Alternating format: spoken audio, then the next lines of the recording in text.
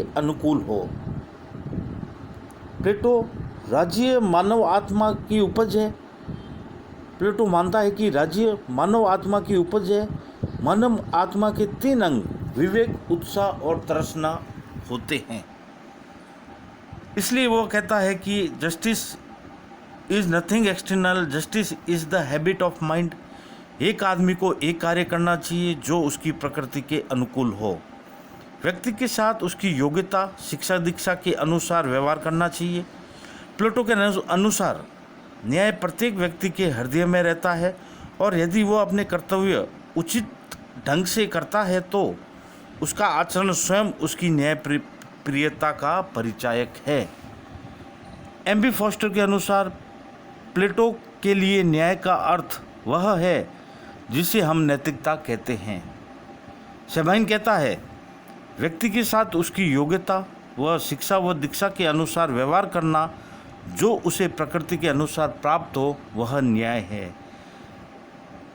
गेटल कहता है justice is the climax of his political philosophy. Barker ने कहा justice the true principle of social life तथा प्लेटो के न्याय सिद्धांत को गुडनेस की संज्ञा देता है। अर्थात न्याय प्रत्येक व्यक्ति के हृदय में विद्यमान है और यदि वह अपने कर्तव्य का उचित ढंग से पालन करता है तो वह न्यायप्रियता का ही परिचय देता है। इस तरह प्लेटो के लिए न्याय भावना कोई बाहरी वस्तु न होकर आत्मा की एक अंतर्निहित भाव है। प्लेटो ने न्याय के 2 रूप बताए हैं, सामाजिक न्याय और व्यक्तिगत न्याय। पहला आप देखते हैं प्लेटो के न्याय के रूप का सामाजिक न्याय। सामाजिक रूप में न्याय समाज के विभिन्न अंगों से अनेक कर्तव्यों का पालन करता है और उनमें सामंजस्य तथा एकता बनाए रखता है। समाज के 3 वर्ग उत्पादक, सैनिक और शासक अपनी आवश्यकताओं के कारण एक होकर अपने निश्चित कर्तव्यों का पालन करते हुए समशिष्ट को बनाए रखते हैं समशिष्ट को बनाए रखते हैं। तो यह हो गया सामाजिक न्याय। फिर आता है व्यक्तिगत न्याय। प्रत्येक व्यक्ति में विचार, भावनाएं तथा इच्छाएं पाई जाती है। इनमें समन्वय बना रहना व्यक्तिगत न्याय या मानवीय सद्गुण है। न्याय का प्रयोजन आत्मा के तीनों तत्वों में साम्यावस्था, सामंजस्य और व्यवस्था बनाए रखना है। इस प्रकार न्याय जहाँ एक और समाज में सामंजस्य स्थापित करने के कारण राज्य को एक सूत्र में पिरोने वाला सामाजिक गुण है, वहाँ दूसरी ओर व्यक्तिगत सद्गुण भी है। फिर विद्यार्थियों, हम प्लेटो के न्याय सिद्धांत की कुछ विशेषताओं के बारे में देखते हैं। जैसे एम.बी. फॉस्टर कहता है, पहला नंबर है, एम.बी. फॉस्टर कहता है न्याय मानव सद्गुण है। अर्थात प्लेटो ने मानव सद्गुण के 4 सद्गुणों का योग मानता है: विवेक, साहस, आत्मसंयम और न्याय। नंबर 2, समाज के 3 वर्ग मानता है। वो मानव सद्गुणों के आधार पर समाज में वह 3 वर्ग मानता है। पहला है दार्शनिक राजा, जिसे रूलिंग क्लास या फिलोसोफर किंग कहते हैं। दूसरा है सैनिक वर्ग, सोल्जर क्लास, जिसमें साहस है। और तीसरा है उत्पादक वर्ग, एपिटाइट क्लास, जिसमें आत्मसंयम है। दार्शनिक वर्ग व सैनिक वर्ग को प्लेटो परफेक्ट गार्जियन क्लास, अभिभावक वर्ग का नाम देता है। फिर आती है तीसरी विशेषता, अहस्तक्षेप का सिद्धांत।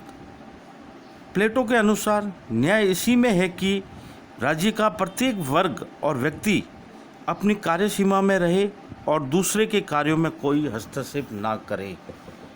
फिर चौथा आता है विशिष्टीकरण का सिद्धांत।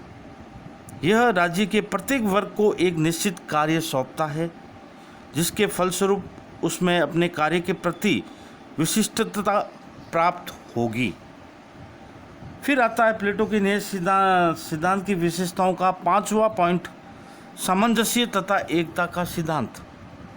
जब राज्य के भिन्न भिन्न वर्ग स्वधर्म का पालन करेंगे तथा दूसरे के साथ अहस्तक्षेप की नीति अपनाएंगे तब राज्य में एकता बनी रहेगी।